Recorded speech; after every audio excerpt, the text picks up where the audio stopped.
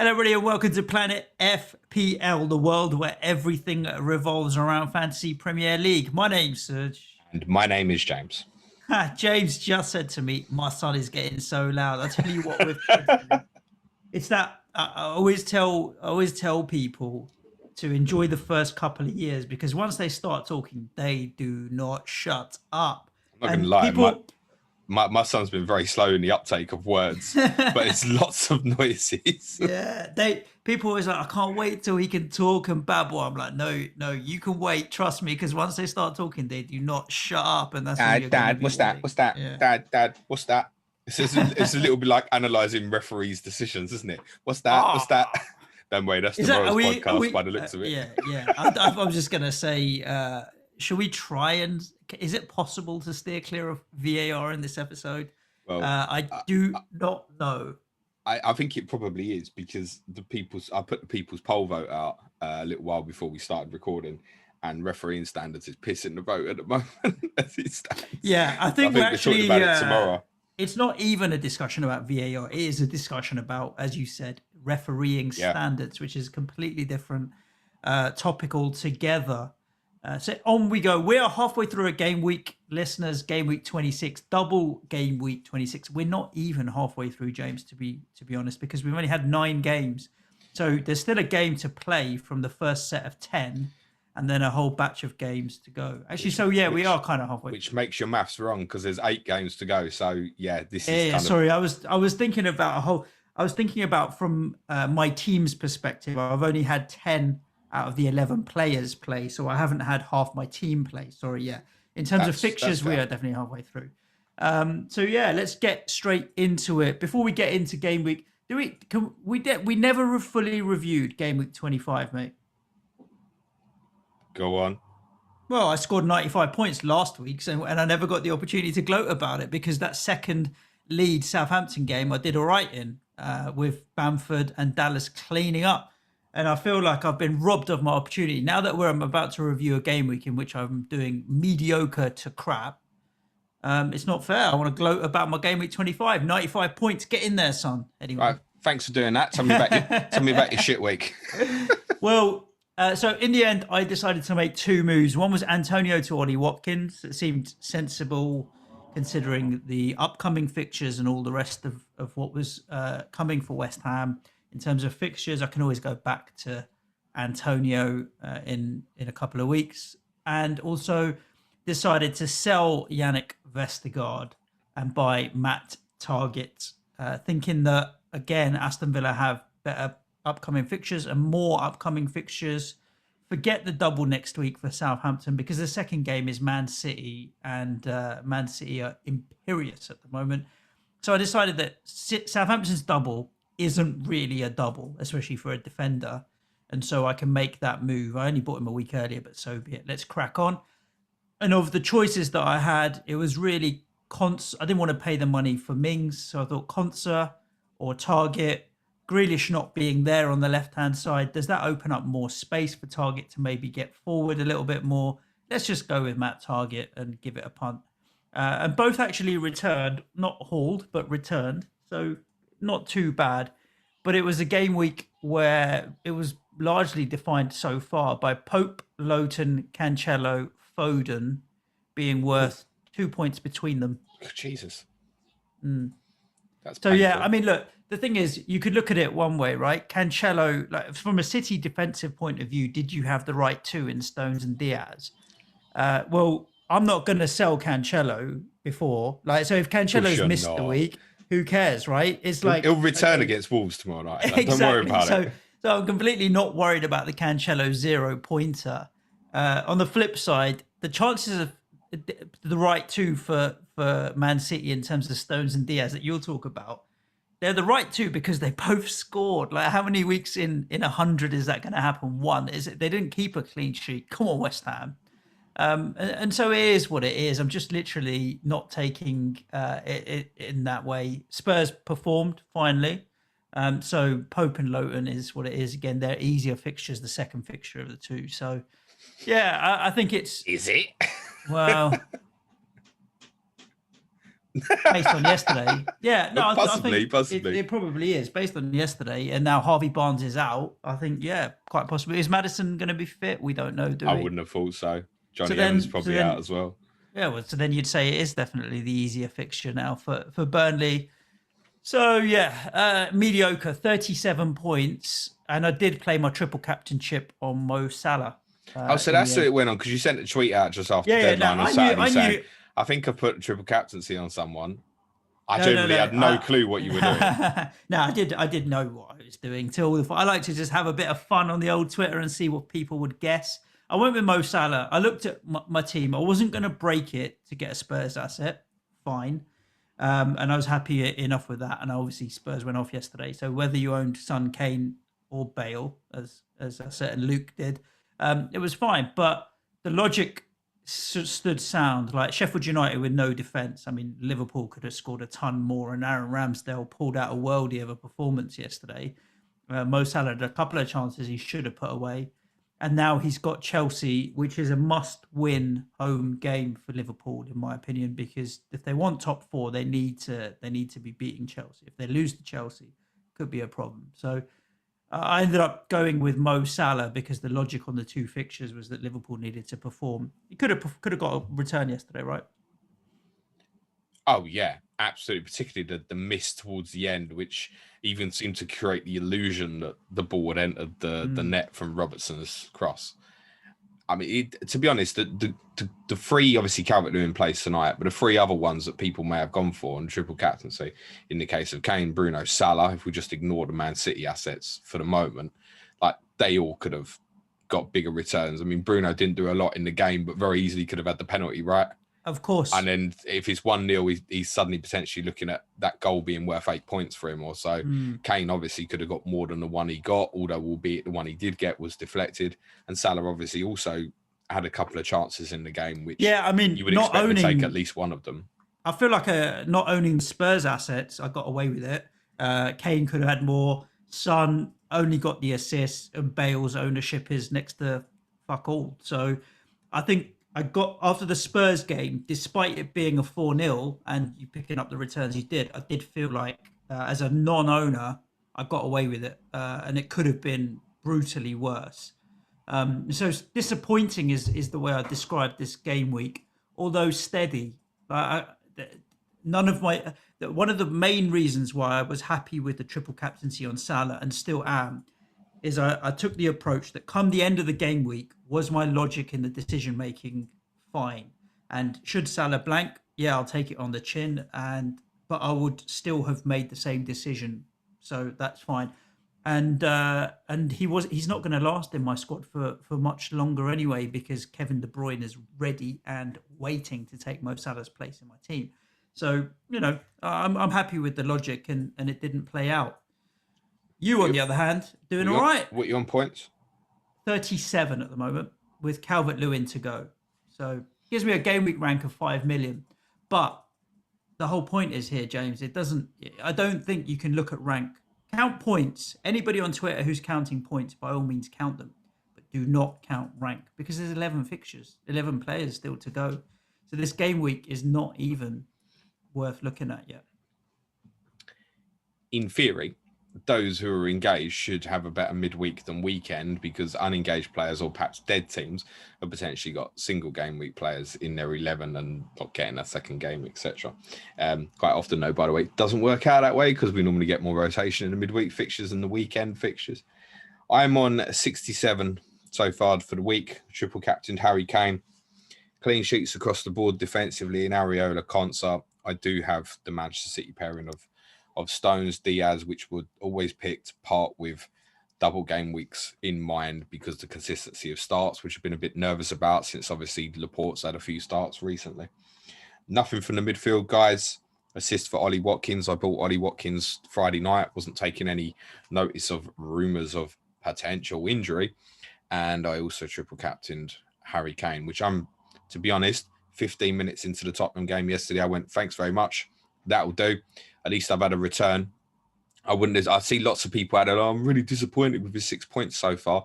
No. Disappointment with the triple captaincy is what he had with Sadio Mane last year. What you had with Leroy Sané the year before. The chip is so overrated. So overrated. For you to get a return from your triple captaincy to be what you'd want from your bench boost, you need basically 3 attacking returns in a game week for it to feel like it's really done you power. So I'm going to get, as long as he doesn't pick up an injury inside the next 96 hours or whatever, it's going to be an extra 8 points for me. That's fine. Yep. It's better than what I normally get out of it, I'm telling you. So honestly, I'll take it. If he gets a return with Fulham, I'm very happy. Even if he just got an assist there, 5 point, I'd be very happy with the extra 11 points from the chip. That's absolutely reasonable. The thing with Salah as a midfielder as well is the extra 1 point for the clean sheet. So if he gets nothing again and they keep a clean sheet, I mean, that's 6 points. That's not great, but it's not the worst thing ever. That'll be 18 points to come out of it. I'll still take that. So yeah, absolutely. Can't argue that thinking at all, my friend. Johnson on the bench, as Gemmarino warned me, on a 10-pointer. But then at least Areola kept a clean sheet. And to be honest, I was predicting both of them to pick up clean sheets this weekend. So not overly surprised. Glad he didn't save both of Brighton's penalties, because that would have been monstrous if he'd pulled that off. But it could be, ironically, I got a tweet that had a lot of traction on Saturday about double game week bench boosters in 19. Can't believe Leeds lost 1-0, and the exact same thing happening this game week. But the one major difference probably for bench boosters, ironically, is Johnston, who never turned up for the first West Brom game in their first double because of COVID. And now he's pulled out the 10-pointer. And it could be that it's goalkeepers that are saving bench boosts this week, because I think a lot of players with bench boosts would say the Leeds assets, similar to 19, have not done anything really. So bench boosters probably not having the best of it so far this game week. I think an average of 41 with 9 fixtures gone would suggest that, actually. And obviously triple captaincy options haven't gone mad either, but then those who have gone triple captaincy possibly don't have Leeds players in their 11. I know there's lots who are still going that way, etc., but a lot will be sitting there with sort of 11 doublers and still 11 fixtures to go, plus an extra 3 for the triple captaincy. Yep. All in all, a bit of a meh weekend so far. I think obviously a few people have done particularly well. The difference between you and me, for example, in terms of points, was very much the captaincy on Harry Kane was worth 12 points additionally, and 1 City defender. So you've got one of them? No, you've got 2, right? So I've got Diaz. Okay. So that extra City defender plus the clean sheet for Areola, those 3 returns, so a goal for Kane, a goal for Stones, and a clean sheet for Areola's ended up being 30 odd points between us at the moment. So it could all turn. If you are in my boat where it's a bit meh, I really am not worried at all. Dominic Calvert-Lewin still to go. I like the away Crystal Palace fixture for Bruno and for Marcus Rashford as well.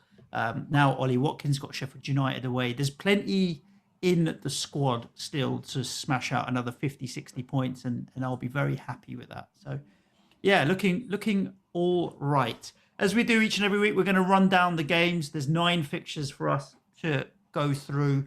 We'll answer kind of any FPL thoughts around any of the teams.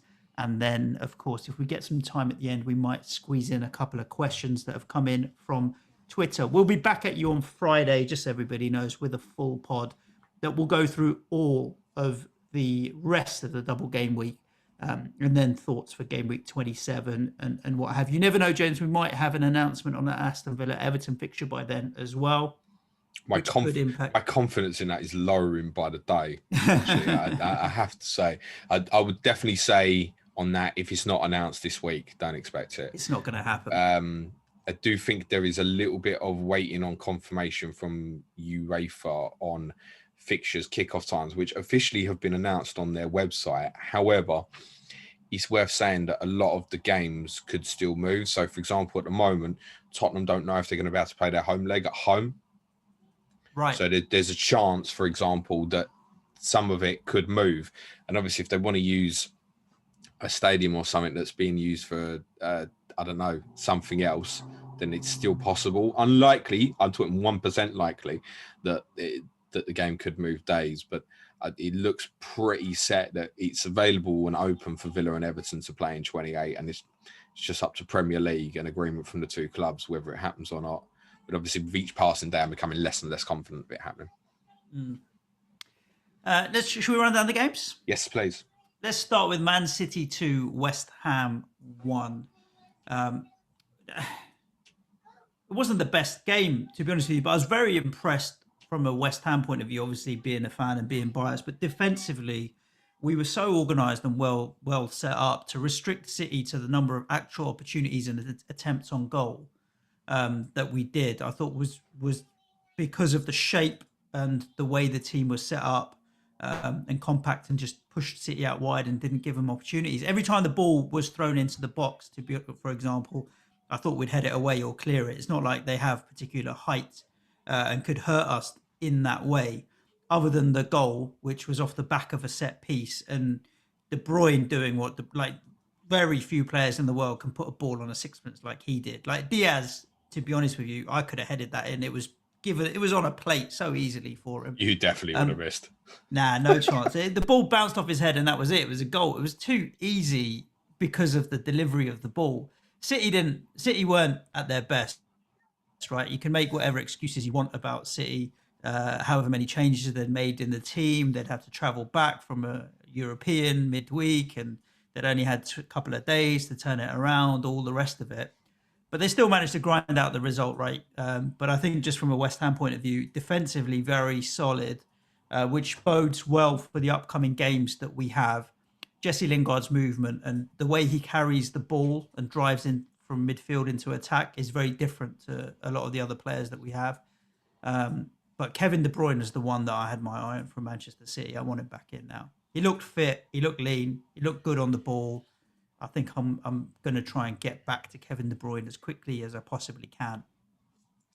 And we've got to give a shout out to that. There are people out there that would have had 3 City players that didn't play. Yes, they would have had a Sterling, Odin Cancelo, Easily something along those lines. There would have been a few out there. So I thoughts and prayers with those people. Well, the good news for those people is you almost certainly getting the 3 games tomorrow night against Wolves. They'd be staggered if those left out, the big names like the 3 you just mentioned, didn't play against Wolves. So that's to come. Whereas people like myself, there's every chance going to end up with just one asset actually tomorrow night. Because I think there's every chance Gundogan could get a rest. There's every chance Laporte will come in for Diaz or Stones possibly. So if you're sitting there with none, yeah, it's a little painful, but you've probably got 3 to come. You're probably in the best position for tomorrow night, ironically.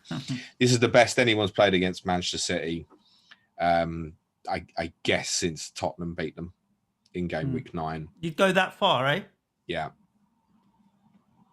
Yeah, I was trying to think about it, and I can't think of a team who's been unluckier. I think Southampton played quite well against them when they lost 1-0 in December, but I think City were actually quite in control of what was happening in that game. We on XG we were 1.96. They were 0.76. So mate, you level with them on everything bar possession and territory, which you're going to concede to City in any case. So that's really impressive, mate. They were worried about certain things that were happening, particularly pockets that Lingard were picking up in Antonio. As we say so often, Fella will score against anyone. He scored against City home and away this season. There's your proof, right? How many goals has City conceded this year? Mikel Antonio's got about 8% of them, I think. Yeah. Prior to Antonio's goal going in, they hadn't conceded at home for 12 hours of football. So I think that tells you. Bar the own goal against West Brom. Yeah. But that's a long time. Football to go without conceding a goal. I don't think it changes our thoughts, though, from an FPL point of view. City are still City. I mean, Stones, Diaz, Cancelo, whoever you want, offer value. And again, now, if you're feeling fruity and want to go back in for Kevin De Bruyne, look, he's picked up max bonus points off 1 assist when you've got defenders there scoring goals and so on. I thought his performance was strange. I thought he started really sloppy.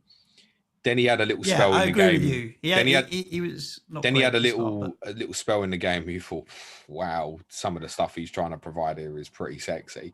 Then he had a dip again. Then it kind of, it wasn't a consistent KDB 90-minute performance. I didn't see enough there that made me.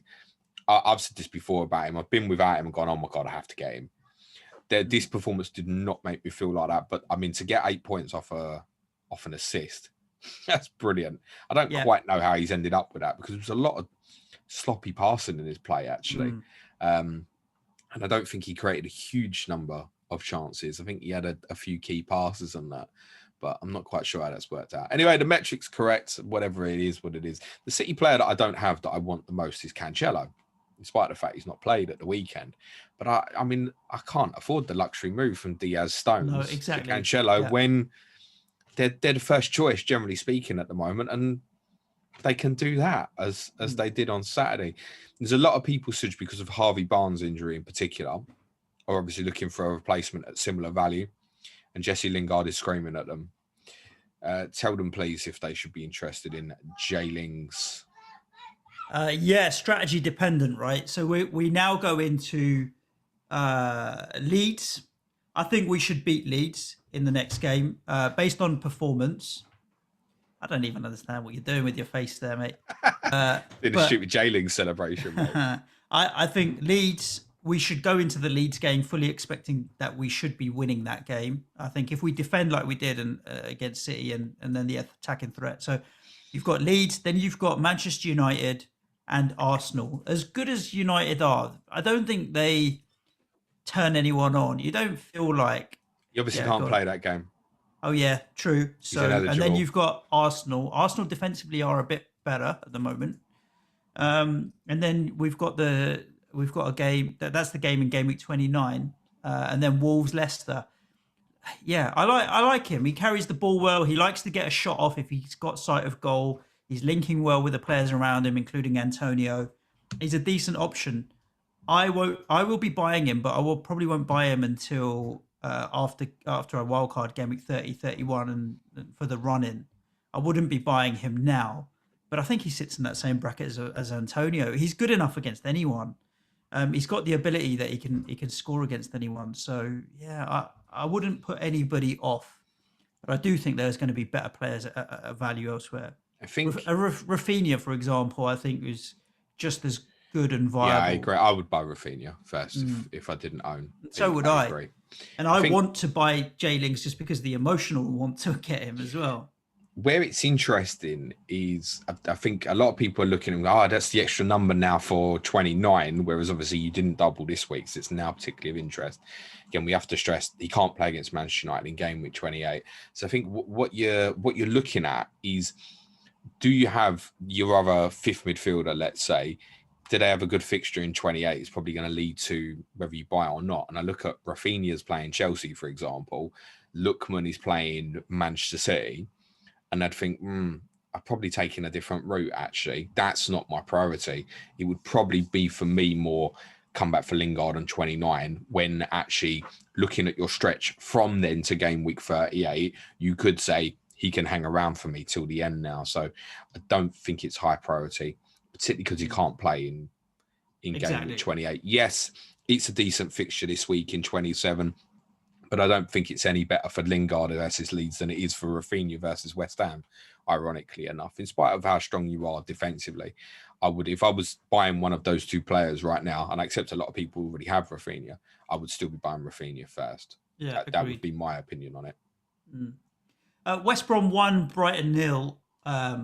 Where do we start? Well, I was going to spend a lot of time talking about this absolute car crash of a refereeing decision, but I'm pretty sure we're going to spend more time talking about it probably on tomorrow's podcast now. But it was embarrassing. What I will say, the whole situation was so embarrassing. It was cringy to watch. It actually went from an original anger of what the fuck has the referee done to within a minute going, I actually want someone to substitute the referee. This is so uncomfortable to watch. Yeah. Let's talk about Brighton though. I mean, Lewis Dunk came out post-match and said something that a lot of people think but very rarely voice, which is the referees should come out and answer. Like it's something that I think players and managers think a lot, but rarely say, or they don't say it as much as they think it because they don't want to ruffle feathers or cause it. Every now and then, you find a manager or a player that is that pissed off that they say it, and it does happen every now and then, but it doesn't. I don't think it happens as often as players actually think. If Lewis Dunk gets a big fine, I would actually like to start a GoFundMe page. I won't do it because I'm sure Lewis Dunk and Brighton and Hove Albion can afford whatever fine would be coming. But yeah, I would be tempted to say, no. Thanks, Lewis. Like we'll pay for this fine for you, mate. We'll raise some money for you. It's disgusting. Good for him for speaking out. I think we'll talk about this tomorrow now. We're in a position now where referees have got to start becoming more accountable for what's happening on the football pitch. Right. Referees, however, cannot be responsible for Brighton. No, it's unbelievable. If you've watched the last 3 Brighton games, back to back, Villa, that's the thing, right? It's Villa, back to back. Yeah. Emi Martinez staggering performance. We said afterwards probably goalkeeping performance of the season. Yeah. So not too much blaming them on that one. Palace just seems to block everything on Monday night, right? 20 shots inside the box, only 5 on target. And this one, you can say whatever you like. And I've seen a lot of nonsense over the weekend about the forwards ain't good enough. They can't finish chances. Let me tell you that Maupay, Welbeck and Connolly all have decent attributes between them, actually. They have midfielders in the likes of McAllister, Trossard and Gross who are capable of scoring goals. It's just not happening at the moment. You cannot legislate for the fact that they've missed 2 penalties as well. Yeah, right? I mean... On a different day, those 3 games they've just had, I'm not joking, they should have 9 points from those 3 games. It's ridiculous. Yeah. And they're in trouble. And one of the reasons they're in trouble as well is... you think so? Yeah, of course they are. Can't win. They're dominating games of football. They've just...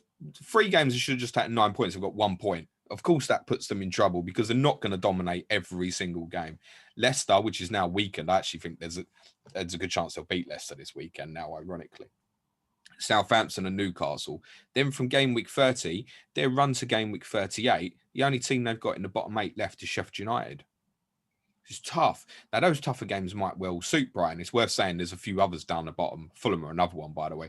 The fixture run's not brilliant towards the end at all. Southampton's is actually pretty rough as well, I think. Yeah, I think the thing with Fulham that I've noticed, though, is that they're much better defensively. Like, Brighton are still leaking goals.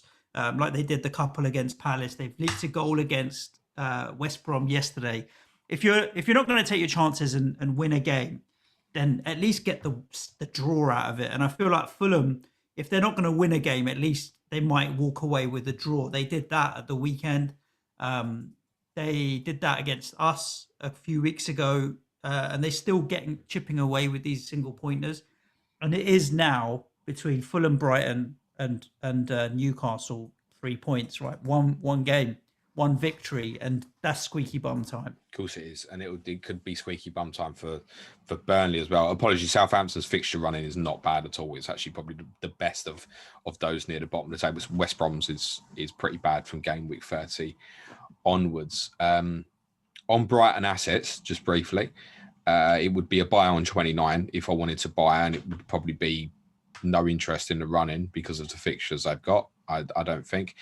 For West Brom, Maitland-Niles will be catching a bit of an eye, I think. Easily could have scored at the weekend with West Brom's best chance of the game, bar Kyle Bartley's goal.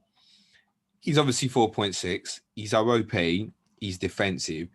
I'd look at him and go, they've got some good fixtures coming up. I said this last week. Yeah, well, I'm going to explain why it's no interest to me. But Newcastle and Palace in the next 2.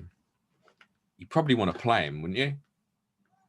OOP, Newcastle, home, Palace away. Yeah. I look at my squad at the moment. If you're ever going to have a West Brom asset and play him, then those are 2 fixtures that you look at my squad and go, am I going to... If I buy him for, say, Ben Mee, it would be the player who I'm not intending to play at the moment. That's who I'd be buying him for. Am I going to play Maitland-Niles over Konsa, who's got Wolves at home and Newcastle away in the next 2, which is West Brom's great fixture? I'd probably go... No, I just got a bit more trust in Villa to keep clean sheets. Am I going to pick him over the Manchester City guys? No. Would I pick him over Soufal in 28? Yes, but probably not again before Leeds in 27. I'm not intending to play Soufal in either of those 2 games as it is anyway. So I wouldn't see who Maitland-Niles would be coming in the team for me. It's basically for me to play Maitland-Niles in the next 2 fixtures, I'd have to be leaving out Souček, which there's a case maybe to make that for the Manchester United game week 28. I ain't leaving Souček out against Leeds this time. He'd come in the team for me, I think, in game week 27. So I think it's easy to look at an asset and go, yeah, he's interesting, and the immediate fixtures are interesting. But actually just have a second look at it and go, would you still play him? If you wouldn't play him, then there's no point wasting the time of getting him. I will play Johnson in the next 2, though. I mean, but it's part of the reason why I stuck around with them 2, because Ariola's got Liverpool and City in the next 2, whereas Johnson's got Newcastle and Palace. So, yeah, I'll play Johnson in the next 2. Talking about Leeds 0, Aston Villa 1. What happened here for all the people that are still stuck with Leeds assets that played? I'm glad I benched my 2, to be honest with you. Yeah. Game week 26 bench boosters got fucked like us in game week 19 did. That's what happened here. And it's, to be honest with you, it's still the pitch. It's worse. It's worse. Hopefully now, look, they've got 2 weeks before they play Chelsea, and then the pitch has got a 3-week break before they play on it again. Hopefully it will settle down a little bit. It's ridiculous. First thing Bamford did was go and shoot, slip. The first thing Watkins did was try and cross for El Ghazi and slip. As El Ghazi controlled it, he nearly slipped. He did really well to keep his feet and score, actually. And he's just thinking, because I'd been looking forward to this game for a long time. We had a question about a month ago, and I was like, Leeds, Villa, probably the 2 teams I enjoy most watching in the league. That's actually not been the case for Villa over the last month or so. So it's a game I've been really looking forward to for a while, and I couldn't enjoy it. Psychologically, I think he's going to slip. He's going to slip. He's going to slip. It wasn't a great game. And part of that was because Villa altered what they were doing tactically and system-wise. Played a little bit, Ramsey played a little bit deeper, so it was more like a 3 in midfield at times, which did allow, to be honest, Traore and particularly El Ghazi to get up and support Ollie Watkins on counter-attacks. I quite liked Ramsey's performance, actually. I think it's good. Looks a good talent. And not that surprising in hindsight that Ross Barkley, considering his form since return from injury, was left out. They also left out Douglas Luiz, who's been really good for them this season. But Nakamba is far more of an orthodox sitting midfielder, I think, and almost went through the game unnoticed. And that tells me that he did really well in that area, because Leeds didn't really create anything bar the late header for Rafinha in the second half. Never got the feeling that Villa were particularly in trouble. The game felt quite slow. They managed it well. I think it's a real positive for Villa. That was watching the game and I was thinking, do you know what? This feels more like a team that very nearly got relegated last year, actually, with no Cash, no Luiz, no Barkley, and obviously talisman Grealish. And I'm looking at it and going, I'm not sure this 11's even top half, actually. So it was a really good result for them. To get the points and walk away, yeah, good. I think they got done over badly the first time they played Leeds, and I just thought they was ready for it this time in hindsight. Not a good day for Leeds. Rafinha was good again, but not to the creative extent that looked like he was going to explode as he has in recent games. It's not a disaster for Leeds. Going to have games like this where it's going to disappoint because they're still a learning team. They've still got too many players in that system and squad that, frankly, it's just not Premier League standard. But they've got some very good players in there, particularly in the offensive areas when they attack. It's not a drama. They've got you next. They could easily surprise you. Yeah, it's funny with Leeds. I mean, I go off the evidence of our recent performances and also with the last game. When we played against them and they couldn't match us and we ended up winning quite well. But like you said there, Leeds could surprise anyone on their day and they take a couple of early chances. It makes the game very difficult and very stretched. It's also obviously both those 2 teams, West Ham, Leeds, obviously play in 29.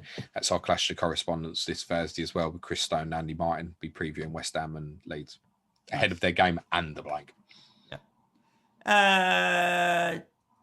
Big Mac time. Did you know that FPL Footballer bought him? Our Newcastle correspondent. He actually bought him this week, yeah. Lovely, jubbly, and played him and triple captained him as well. No. No. Probably played him. Probably didn't triple captain him. I don't suppose he triple captained him. It's the sort of thing that Side would I tell you what, he's out there from an FPL perspective. He doesn't mind a gamble, but no, he didn't go doing that. I think he might do it in the blank instead because they obviously cover that fixture. Repetitive theme here with Newcastle, and I feel like I'm being repetitive, so apologies. System is causing teams problems. They are getting in people's faces, particularly early in games.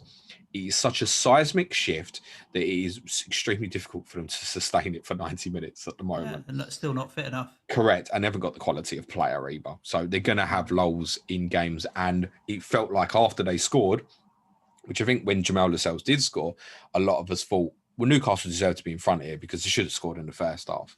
But from there, it actually felt for a change like Wolves could potentially score at any time in that second half.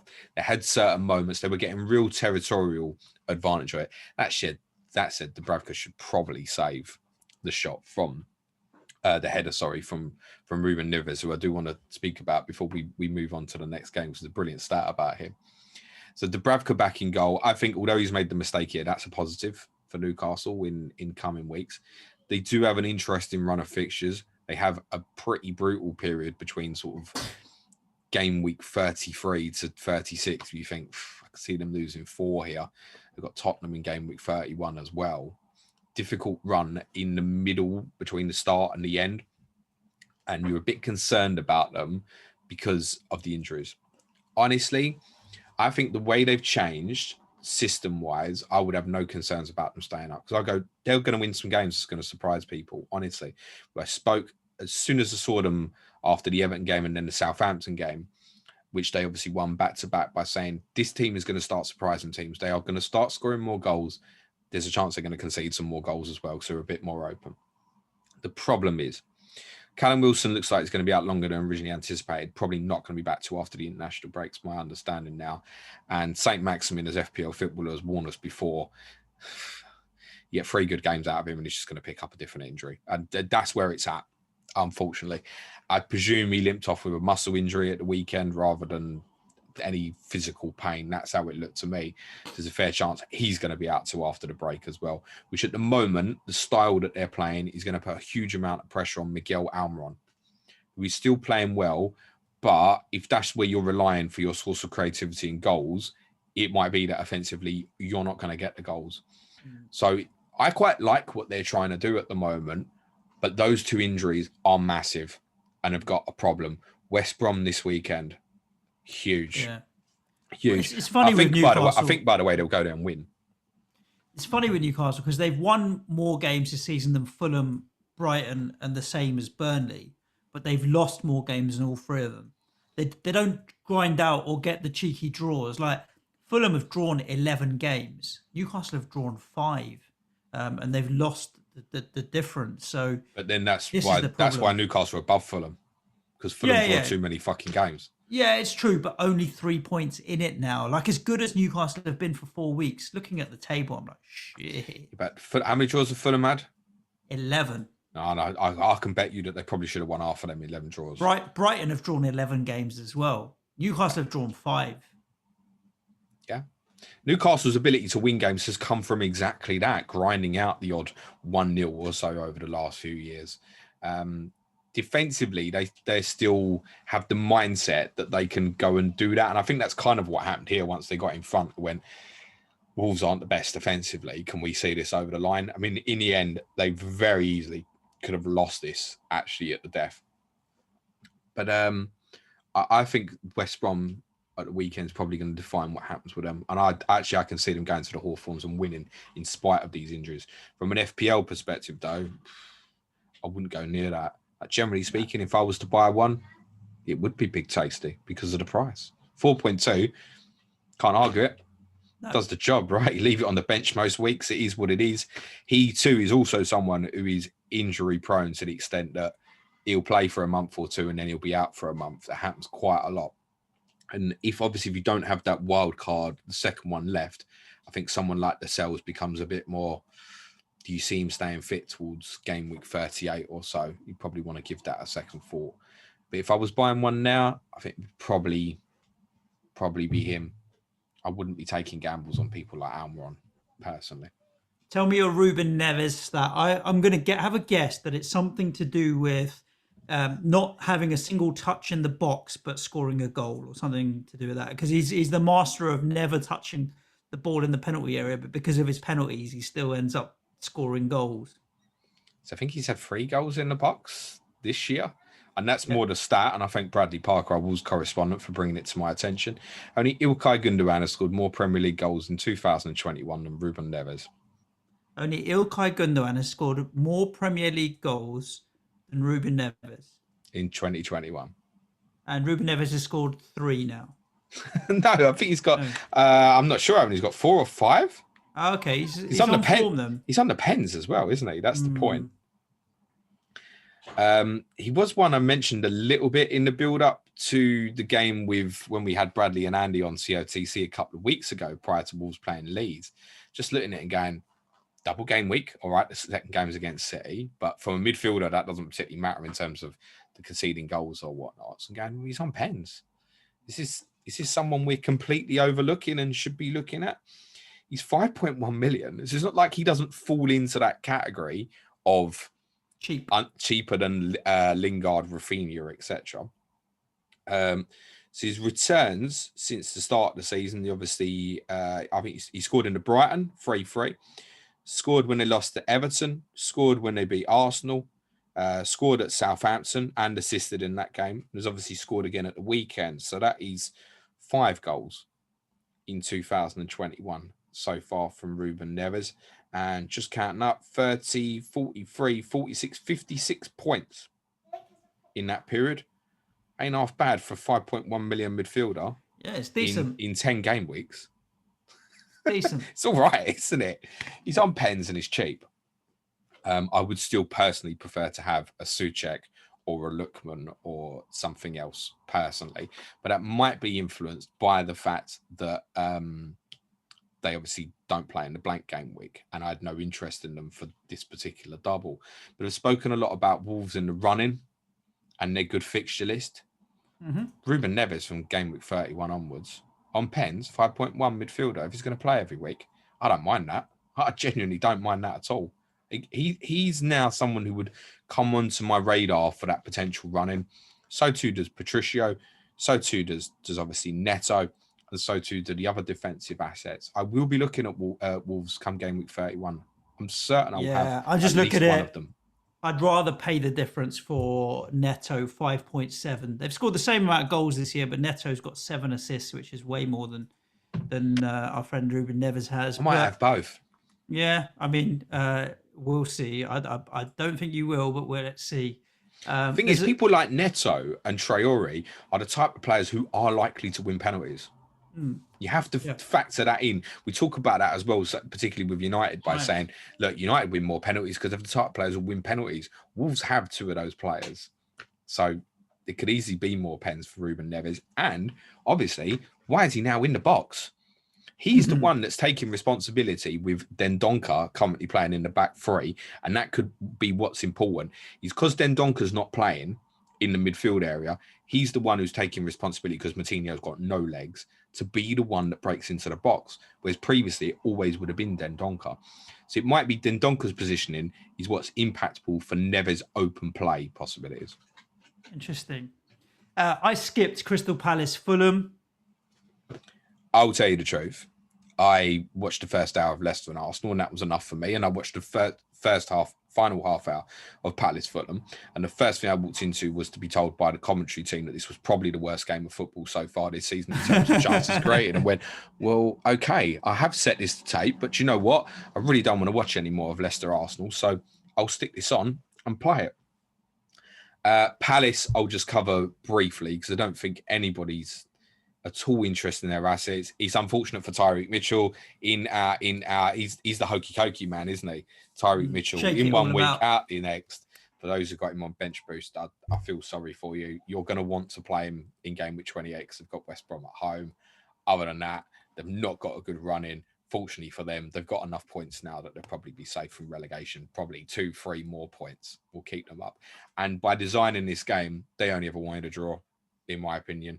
They were going, let's not let Fulham pull 3 points back on us. If we're in the same position in terms of distance after this game, it's one less game for Fulham to make up ground. Absolutely fine. What's the difference between Fulham to Palace, Suj? I know you've normally got a league table sitting in I have a front of you. table right in front of me. There you It's go. a lot. What's 10 the difference? points, mate. 10. Mm. 10 points with 12 games to go feels like quite a lot.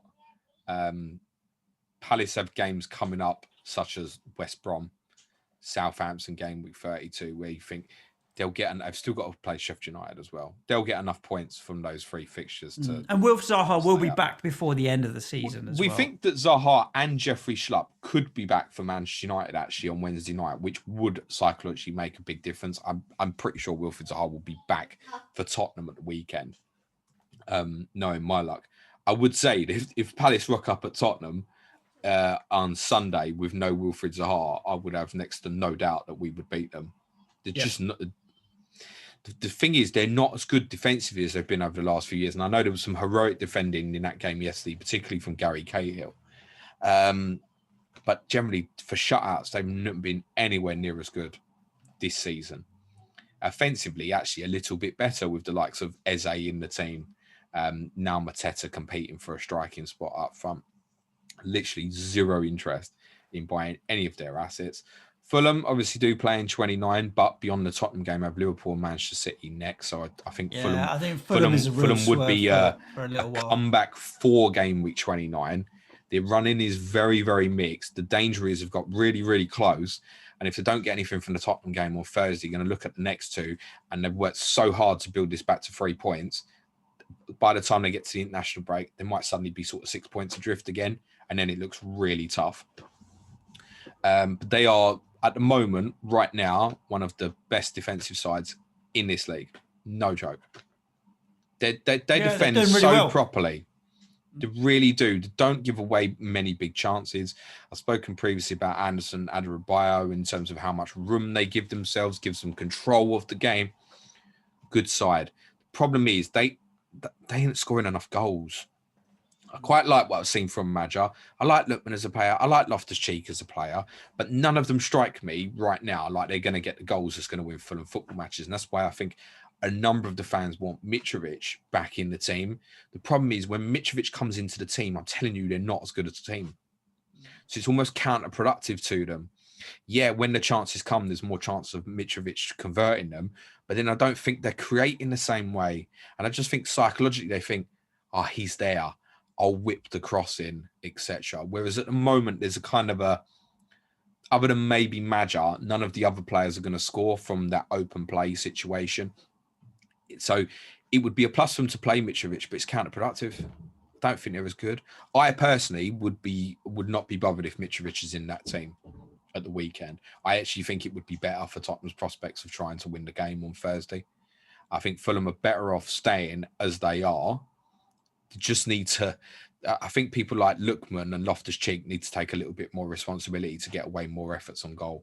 Good player. Loftus-Cheek, I spoke about this last week after Sheffield United. He frustrates me too much. I think he should get 10 to 15 goals a season, never gets anywhere near it. He needs to take more responsibility for what he's doing. Leicester 1, Arsenal 3. Arsenal, it's a good away win for Arsenal here. All things considered, I mean, it must be a shock for Leicester with Harvey Barnes' injury and what have you. And it can sometimes derail a side, but let's not joke. They did go ahead. And then Arsenal... Quite why I cursed Leicester before they were about to play Arsenal. I'm kicking myself. Is it your fault for predicting a Leicester win? Well, no, to be honest, I predicted a draw. But okay. I said on this pod last week that I thought there was every chance Leicester would finish second. Didn't I? I scrap that shit because that's not happening. Not with the injuries they've got now. The problem is, just to cover them briefly, Barnes obviously massive blow. He's going to be out for 6 weeks or so. Johnny Evans unconfirmed. Commiserations to everybody that, I mean, so many people bought Harvey Barnes this week because he was the obvious replacement because Maddison wasn't available. And he wasn't a bad buy. That is a bad piece of luck for managers, for sure. Maddison, we haven't got the information about. Now, the problem between this kind of run of injuries now compared to, they've had injuries all season, in fairness to them. When Pereira was out long-term, Justin did very well. Justin's now injured. Pereira's back. Siunshu was obviously out for the majority of the season. Fofana played very well in that position. Fofana injured, Siunshu now back fit. If Evans is going to be out for a while, that now creates a big problem defensively, which we've not had. But it's more the point that, generally speaking, in defensive areas, Leicester have good quality cover, particularly in the defensive areas. We even saw first few games, and Diddy played centre-back. Did absolutely fine in that position. Mendy played in midfield. It was fine. The offensive players are not replaceable for them. That three of Barnes, Maddison and Vardy, because the quality drop-off, they have numbers. Yeah, Perez, But Iheanacho, the quality drop-off, the Mm. quality drop-off is a far bigger drop-off to comparing Fofana and Siunshu and Pereira and Justin, for example. It's a big drop-off. And what Leicester really missed in this particular game was someone's going to fill the pockets. I completely understand why Iheanacho played. It was a little bit more of a 4-4-2. He tried to drop into those areas that Maddison does. Let's be honest, not quite the same. No, of course what not. it allowed to do, it really allowed Arsenal to go and press and hunt the game. And I think full credit to Arteta for changing so many of the team and having a kind of fresh feel to it. I'm sure a lot of Arsenal fans saw the team, went, no Aubameyang, no Saka, fuck it, getting beat. But actually, it strategically in the game, it allowed them to go and press because players were coming in who were fresh and not had these two games recently against City and the Benfica game. And they were really good off the ball. But one of the reasons they were able to do it was because they didn't have to worry about a Maddison picking up holes. If Iheanacho picks it up in that position 50 yards from goal, you go, all right, do I even trust him to pick the right pass? That's the reality. So you can take more of a chance. Whereas, I'd say Arsenal could do that again against Burnley at the weekend but Burnley will just bypass it in different ways and go a little bit more direct, particularly if, say, Chris Wood comes back into the team versus then. It'd be interesting to see what Arsenal do when they play Tottenham in game week 28, because the instinct would be play like they played against Leicester yesterday. They'll definitely win. But that Maddison space, it's Harry Kane space. So it'd be interesting to see if they're brave enough to press against Tottenham in the way that they were against Leicester recently. I think Saka would be the only one that I'd probably be buying now. Although I wouldn't say against getting Kieran Tierney back if someone's got issues defensively. If you're planning, obviously, towards game week 29. Or Aubameyang could become a one game week punt in 29 for me, but otherwise no interest. Very quietly as well, just want to say that Nicolas Pepe is beginning to play quite well for Arsenal. I feel like Nicolas Pepe for me has always been one that there's going to be a season where it's going to click for him. I think maybe next year, and it'll be actually, you know what, he'll bang in 10 goals, 10 assists, and we'll be like, okay, we can see that the player is in there. Because I believe the player's in there, Nicolas Pepe. I think he can finish, he's got There's pace, never been a doubt that there's ability. technical qualities. He's just, unfortunately, even when you watch him, you can't help but think £80 million. I just think we all do that. It's not his fault, right? No, he didn't choose the fault. price tag. He doesn't decide what he's going to get transferred for. He's a real punt if someone wanted to take it. 0.8% ownership, but it's frustrating with Arsenal because I want some Arsenal coverage, mainly because I like the fact that they play in 29, so it gives coverage over the West Ham game. Then they've got the Liverpool home game, but then they've got Sheffield United and Fulham straight after. So it's not a bad time to be looking at Arsenal now. And then there's Everton, but then Newcastle, West Brom. So there's a prolonged run there for Arsenal, pretty much to the end of the season. Arsenal have the best run from game week 31, when a lot of us are going to wild card to game week 38, in my opinion. The best of any team. It's not a bad deal to bring it forward to game week 29 when you're playing against West Ham to pick. But if they don't get results in the games between now and game week 31, which I think probably means them getting to 8 points or so over Burnley, Tottenham, West Ham, Liverpool, to at least keep them just with a chance of top four, because they're not that far off. It looks like it when you look at the table, but points-wise, they're not that far off West Ham, for example. I realised there are other teams like Liverpool, Chelsea, who are still in the way of that as well. In between, yeah. But they're not that far off. The issue would be if they don't do well in the next 4 games and are obviously still in Europa League, which they've got Olympiacos again, who knocked them out last year, but I think Arsenal will beat them this time. Then they're going to prioritise Europa League, aren't they? With that fixture list as well. And then that's going to make you nervous about the people that you'd want to target, like Saka and so. So for me, I don't think I can make that judgment on Arsenal until I get to game week 31. And actually, it's the Liverpool fixture in 30 puts me off a little bit, particularly say from a Kieran Tierney, because a lot of the guys that are playing 29, I want to play in 30 before I then wildcard. That's part of the reason for wildcarding in 31 is the fixtures of, say, particularly Villa, Leeds and Tottenham afterwards. So if I get to 29, I could look at Tierney versus West Ham rather than, I don't know, Dallas against Fulham, hypothetically. I think first you look at that and go, yeah, I prefer Dallas versus Fulham than Tierney versus West Ham. And then we look deeper and you go, oh, Leeds got Sheffield United next week and Arsenal got Liverpool the week after. I'm going to Leeds player, aren't I? There's every chance in 29 I won't have any Arsenal player. And I think there'll be that case for a lot of people, which, to flip it, makes some potentially very good differentials for that game week. Yeah. We move on to your team, who comfortably ended up beating Burnley 4-0. Did you watch the game? No. I don't blame you. On paper, Tottenham. It was purely. It was because I didn't have Spurs assets and I didn't want to put myself through watching. I saw a lot of that yesterday. Oh, right. Yeah. I've had a shit game week so far. I'm going to the garden centre, which isn't even open, but I'm just going to walk that way anyway. Just avoid what Harry Kane might do. Shout out to friend of the show, Luke from Scout. Gareth Bale, bought and triple captained. Fire that man. Well done, mate. That is taking a punt if there's ever taken a punt. Luke's a maverick, but that's the best triple captaincy punt I think I've ever seen. Well done to that man. And to be fair, it never occurred to me to buy Gareth Bale because as I explained in the run up to the game week, there was every chance that if Tottenham didn't have a good 45 minutes, he would just get hooked at half time, then not play at Fulham, and it's a 1-pointer. Yeah, I know there's a lot. We'll talk about Gareth Bale definitely in our Patreon show Tottenham tomorrow, because I think the way I look at it in isolation is that Spurs fans are hyping up that single performance. It's like you would take the entire season just for that one performance. At least we got something out of him. But because I don't feel like any Spurs fans, despite bigging up how good he was, have any desire to want to buy the guy back in the summer. If he plays like that, I do. Well, yeah, it's the emotional pull. This is a conversation for tomorrow. It's like, but we're now seeing the player that we know is in there.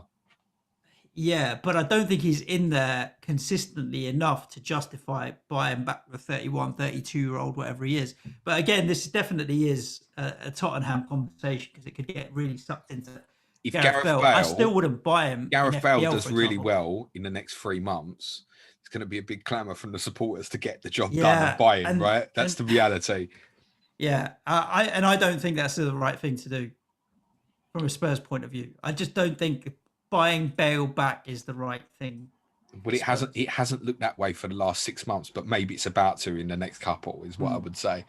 I don't think you should overjudge it. You have to think that what's looked really good from him recently is performances against an abysmal team from Austria, that Wolfsburger. They were so bad. They weren't bad when they had the ball, but it just made them even worse when they didn't have it. He's obviously come into the West Ham game, basically hasn't touched the ball before West Ham get the second. Then they go very deep. He should look good in that position again. Yesterday, he obviously scores the first goal himself very early in the game. The game then becomes easier because I spoke about this last week against Burnley. If you score early, you can damage them. It's all about when you get that first goal. And to be honest, what I would say, and I talk about this more on Tottenham tomorrow as well, I knew a minute into that game before we even scored, we were going to win. I couldn't believe that I spoke about this 14 months ago. Burnley's shape when they lost 5-0 at Tottenham last season in terms of the midfield and defence and the distance between the two being too big and the midfield going and pressing too early in the game. And it did exactly the same thing. I couldn't believe it. They only stopped pressing Burnley when they were 3-0 down and realised it was too big of a problem. I couldn't believe it. Because they'd got done over in exactly the same way 14 months ago. I couldn't believe that in minute 1 they went, we're going to go and press and get in the back four's faces. Well, Tottenham were just going to go direct and get it into the front three and turn on you and run at you. And in the first half, tore them apart. Every time we got the ball, we looked like we were going to score, which is a real positive. And wasn't it so enjoyable to see that front three together and play some attacking football? More for tomorrow. I know it was good. Listen, to be honest, 4-0 was about right, mate. It wasn't. There was a lot wrong defensively still, but 3-4-0 would have been about a fair reflection of the game. Do you know the thing with it is you could see yourselves going to Fulham and not scoring though. I don't know. Yeah. But that's they're my very question, good defensively. Right? See, Burnley, for example, okay, they've just gone and conceded 4, but I could see them getting a shutout against Leicester. Yeah. And Spurs, I could see going to Fulham and not scoring because Fulham are much better defensively. So I'm trying to get from you, is there anything we can take from the game that will help us? Or are we lucky in that we've got 2 more fixtures from both these teams, especially Spurs? We've got another fixture before we have to make a decision. Like, I don't have to decide, do I want to steam back into Spurs off the back of this performance? Because I can see what happens against Fulham before I need to make a decision on whether I want to get a Spurs asset in now. And it's exactly that. Yeah. There were 2 comments from Jose Mourinho from yesterday, which were really interesting on Bale. And if you only see one of them, it's going to give you. Bale got hooked at 69 minutes. Yeah, it's to save him. That's save him. That literally, this was for save him. There's 2 comments, 2 quotes, and if you only see one of them, it's going to fuck you for the other one. One quote was basically said, "Listen, if Bale was still as good as the Bale that was at Real Madrid, he'd obviously still be at Real Madrid. But the Gareth Bale that we have now, Tottenham need him." He stressed that he's an important player for Tottenham. Then flipped it by saying, "Listen, this guy can't play twice a week." And then that leads you to think, well, if he plays at Fulham on Thursday, does he play at Crystal Palace play against Palace on Sunday? That's the concern. So for those thinking, yeah, but James, is he an FPL asset right now? Listen, ask me on Friday. Yeah. Once I've got through that Thursday game, and let's see, because Fulham be more of a challenge. Particularly, the best thing that Fulham will do in that game is play Robinson at left back and challenge Bale to go backwards. This has always been the problem, that Bale didn't believe, Mourinho didn't believe that Bale would do the tracking back. I think Bale is fit enough that now he will. But in terms of stopping him and his capabilities, the best thing you can do is get him 80 yards away from goal. Although the pass for Harry Kane wasn't bad, was it? Fucking hell. It's definitely assist of the weekend, mate. Yeah. And Sonny, just a note on him, because so many, his stats have fallen off a cliff. Don't doubt Sonny. Sonny could have had a monster haul in this as well. 2 assists, couple of saves from Pope, another one that he blazed over and he should have done better. Son could have gone off here. Kane could have got more than what he got. He also could have got less. I feel with this fixture, really, Burnley played into Spurs' hands, and I want to see the Fulham game. Look, you still have to do the job, and you still did the job, and it's all the attacking players that picked up all the returns, which is as you'd want it from an FPL point of view. But Reguilon as well. Reguilon is also a bit Reggie. So I'm just I'll wait and see what happens with Fulham, because if you can do it against Fulham, then and Jose lets you off the leash in that game. I got one question for you on Spurs. Yeah. Dyer or Davis? Reguilon. Sergio Reguilon. Let's talk about Chelsea, Man United. There's one player in FPL this season that I might go the entire season not owning and will regret it massively. And that's not he doesn't play for Chelsea or Man United. It's Emi Martinez. But Emi Martinez is now 5.3. And to avoid just jumping on the Emi Martinez bandwagon when he's become expensive, I might buy Edouard Mendy as an alternative. To be honest, I reckon Ben Mendy would make a great goalkeeper. Personally. He would be bonkers enough to be a goalkeeper. Could you imagine him every time he tips one round the post, you shark team and all that? Yeah.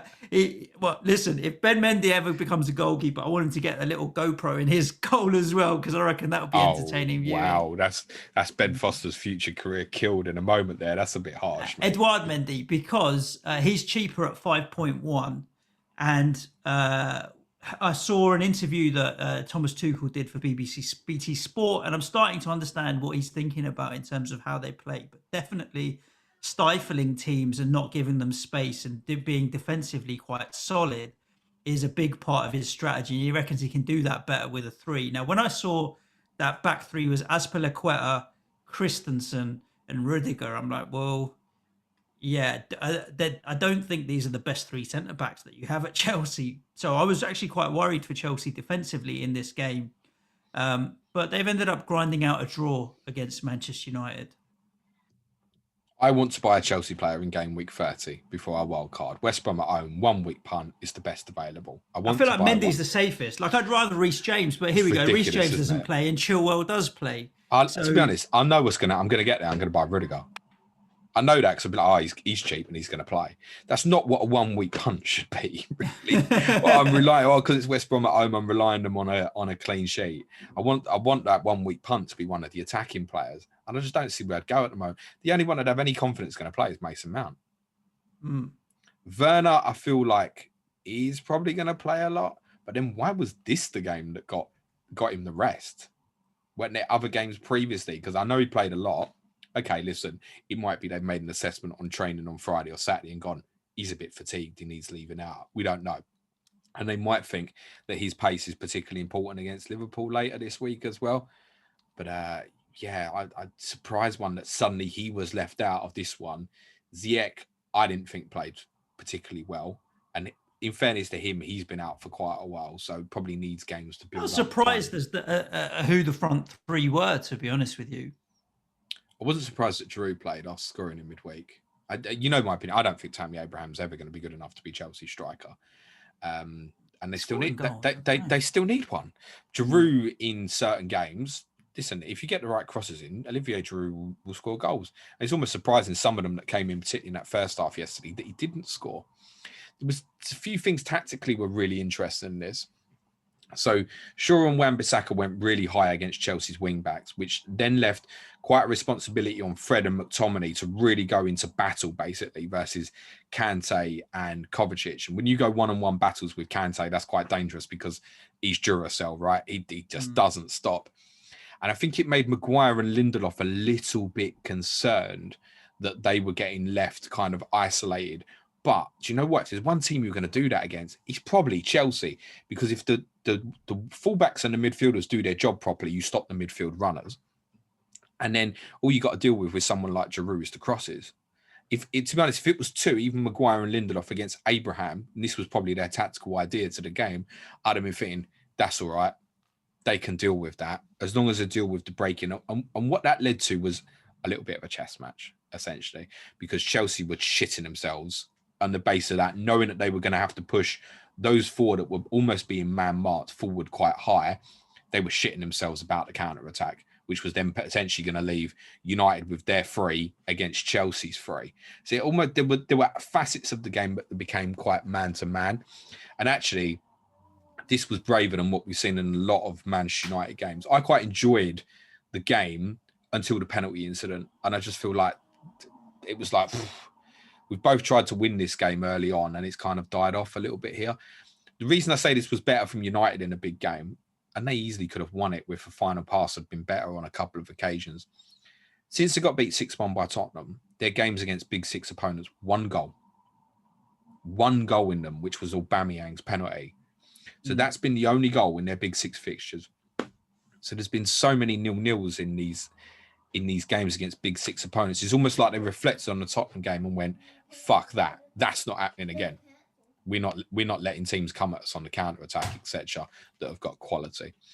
And I think most of us have kind of already built into that. And that's part important into the thinking because they play Manchester City at the weekend at the Etihad. And they are going to go there.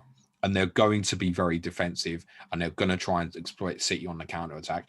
It is the most difficult game that Manchester City have left this season. I'll be interested to see. I don't think that's going to end 0-0, to be honest with you. I think City will eventually find a way of breaking through. You are never probably going to get me to predict Man City games to finish 0-0. Again, a lot of it's probably dependent on, you would think so. And United obviously, I'm telling you, City are going to be worried about United's counter-attack. Honestly. I reckon the majority of City's tactical work prior to the Manchester derby will be defensive shape and how they deal with transition when United go forward. And I wouldn't be surprised if it ends up being quite a dead rubber that. And that's worth noting for those who are now in a position going, triple captain this week. Remember, Raheem Sterling has never scored against Manchester United. I think Kevin De Bruyne only once. Gundogan, I think, will probably get a break against Wolves tomorrow night, actually. So he's probably the one in the double that you'd think, yeah, great. Or the defensive guys. Man City defenders in double game weeks, centre-backs. We've always known this anyway. Why were we not talking about Ruben Diaz triple captain prior to the game week? True. Let's wrap up with Sheffield United, Fulham, 2-0. Sheffield United, Liverpool. I don't Be honest, Liverpool have not been as good as Fulham recently. Fulham's not even on my screens. I don't even know why I mentioned Fulham. Sheffield United 0, Liverpool 2.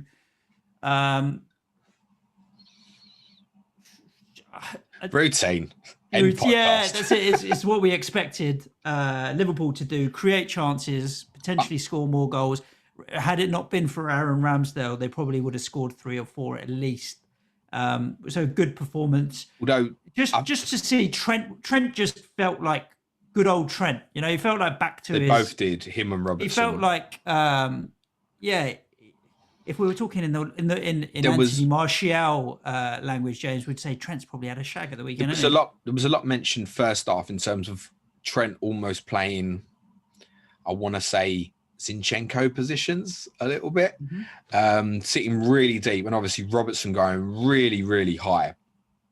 In the second half, they both got really, really high, as obviously the need for a goal became more and more important. But I still believe, as shit as they've been, Sheffield United, a lot of teams alter their tactics when they play them because they are still fearful of overloads in the wide areas.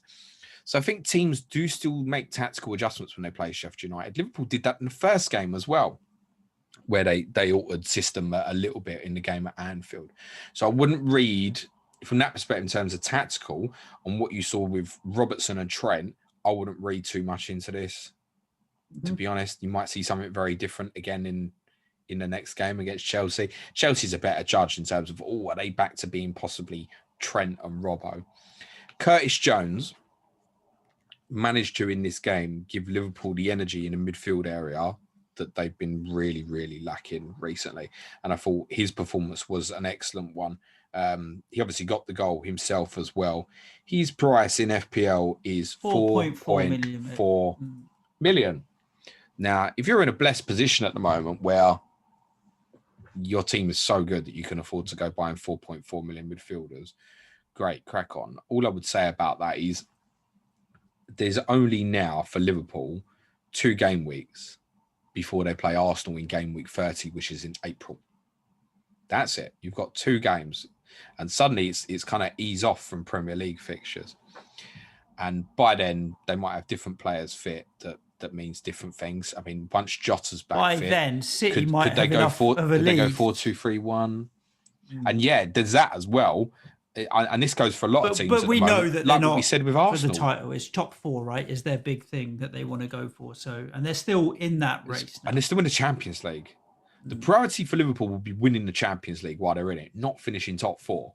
It will be winning the Champions League because the football club is set to win trophies. It's always going to be that way for a Liverpool and a Manchester United. So if they end up finishing 5th or 6th, but risk it all trying to win the Champions League, well, that's what they'll do. So you have to be conscious of that in terms of the running if they're still in the Champions League. And obviously from that perspective, they're in a good position against Leipzig. The draw they get in the quarterfinals is going to be probably quite important because, if they come up against any team that's particularly good in terms of transition, they're probably absolutely fucked, basically. And even in this fixture, when Sheffield United went direct, there were still moments of chaos. I thought Nat Phillips did really well at centre-back, but as I've said a number of times about him, if I think I'm going to put him in for a game, I'll tell you what, Sheffield United would be right at top of the list. You go, yeah, that's a perfect game for you, mate. Go and win things aerially. I'm not convinced about Kabak. I mean, Adrian, admittedly, he's third choice goalkeeper, only played because of Bless Allison, obviously lost his father in the week. And Kelleher has also had an injury just to compound the problems. Although those who owned Liverpool defensive assets were probably put at ease somewhat during the commentary by the amount of times the commentator kept saying Allison instead of Adrian. Probably would have put you a lot more at ease. At least 3 times he said, good save from Allison rather than Adrian. I don't know what was going through his mind. Hopefully, obviously, Alisson's back for the Chelsea game or the Fulham game, so they'll certainly be better for having him back, in spite of obviously he's had on-field issues recently as well. But nothing last night made me think, oh yeah, Liverpool are back or anything like that. Sheffield United glaze over. Chris Wilder said after the game, he said, look, we can kind of accept it's highly likely that you're going to be in the Championship next season. Now, like, get them prepare for it. Please get Ryan Brewster 10 Premier League games to get him ready for next season and so on. That's what they should do. And ironically, it might yet make him an interesting asset for the running, I think, Ryan Brewster. There we go. That's a rundown of all of the games there, James. I've had a quick look through the questions that we've had on Twitter, and we'll just touch on them in a second. Do you want to let everybody know the schedule for the rest of the week? I did mention at the start of the show, top of the show, that we talked about that we'll have a full pod on Friday again for you. In between that, what do we have? So the People's Poll vote is live to around about 4 p.m. UK time if you want to have a vote. Big game board draws. I spoke about it a little bit here. I don't think it's gonna win the vote. Neither two is the idea of Schalke's demise. 4 managers this season sacked Christian Gross at the weekend, Suj. Yes, it is still 2021. No one's put you in a time warp. They've only won 1 game in the Bundesliga this season, almost certainly heading towards relegation, which is some going for a team that was obviously Champions League semi-finalists 10 years ago. But it looks like tomorrow's podcast is going to be a discussion about refereeing standards, specifically, obviously, Premier League refereeing standards. I'm sure VAR will rear its ugly head into that conversation, but I do ideally want to focus on the performance actually of referees in that podcast. Wednesday will be Sky Fantasy Football. Thursday will be Clash of the Correspondents, I said, with Chris Stone and Andy Martin previewing West Ham and Leeds. On Friday, we will come back and do this again and discuss the 8 games, starting with Everton and Southampton, that remain for this particular game week. It is the start of the month, Suj. Our Patreon content this week from Intermediate Tier is Patreon, sign up. It's Q&A today, Tottenham on Tuesday. On Wednesday, Suj, we are finally going to do our investigation into League One and League Two salary caps. Thursday, I'm bringing the A to Z quiz back, A to Z quiz on stadiums. And Friday, we'll have our differential show, Game Week 27 preview as well. Advanced tier patrons are getting articles every day this week ahead of the Game Week 27 deadline. Nice. That's a big chunk of work for you, James. So keep it going. In terms of the Twitter questions, James, there are literally 3 or 4 topics, and we've covered them all. One is Gareth Bale. And in answer to anybody talking about Gareth Bale, watch this space, and we'll be covering him in more detail on Friday, depending on what happens with the Fulham game and how he performs, or even if he plays and gets minutes. Harvey Barnes, James, who's the best potential replacement? If it was me personally, I owned Harvey Barnes, I probably would be buying Rafinha. Which is not a good answer for people, because I realise a lot of people will also have Rafinha. I think consider Saka at a cheaper price is not a bad shout with the fixtures they've got coming up. That would be the one. Yeah, I would personally, I would go Saka over Lingard personally. Yeah, and quite a bit of talk now around Bruno Fernandez, whether to bench him at the weekend against Manchester City. Is that a consideration, and is it time to maybe move away from him? I just think he's so consistent. Well, it depends what your benching players are, but the statistic I said about obviously United's lack of goals in the big games, plus what I've said about City being well aware of countering the threat as well, leads you to think it'd probably be low scoring again on Sunday. It depends what your bench is, but generally speaking, don't leave a player like that out. Penalty goal, 10 points. See you next week. It's very easily done. Yeah. FPL friends, make sure you are counting your points, but don't worry about your overall rank. There's still a ton of games left to go in this double game week. And I'm sure that a lot of people who don't have a lot of double game week players will be falling back in the coming days. Make sure wherever you're listening to the podcast, whether it's on iTunes, SoundCloud, Stitcher, Spotify, or any other platform, you hit the subscribe button and you will get notified as soon as we push out content, which, as we said, is pretty much every single weekday. And make sure you hit the notification bell. And last but not least, head over to patreon.com/planetfpl. You can do anything from just £3 a month to support the show, all the way up to our top tier of £14 a month. You get cash prize leagues. you get Slack channel, you get additional articles from James, and a whole bunch more content. Well worth it, wouldn't you say, James? 23 additional podcasts in March, sir. Nice. That'll be fantastic listening. Thank you for all of your support. Hope you enjoyed the show. We'll be back at you tomorrow. Ciao for now. Thanks, everyone. Cue music, please, man, child, and be nice to each other. Ciao for now.